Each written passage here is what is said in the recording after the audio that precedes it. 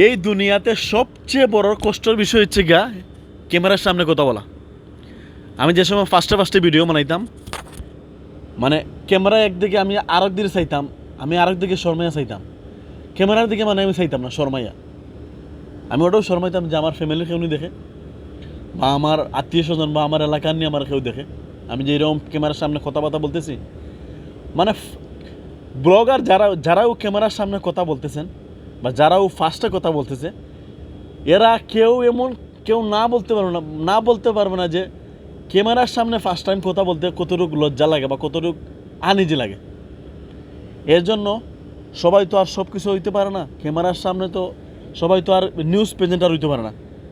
প্রত্যেকটা জিনিসের একটা অবদান, প্রত্যেকটা জিনিসের একটা গ্রহ আছে বা অবদান আছে। তো সবাই তো আর ক্যামেরার সামনে কথা বলতে পারবে না। মানুষের ভিতরে শরম তো অবশ্যই আছে।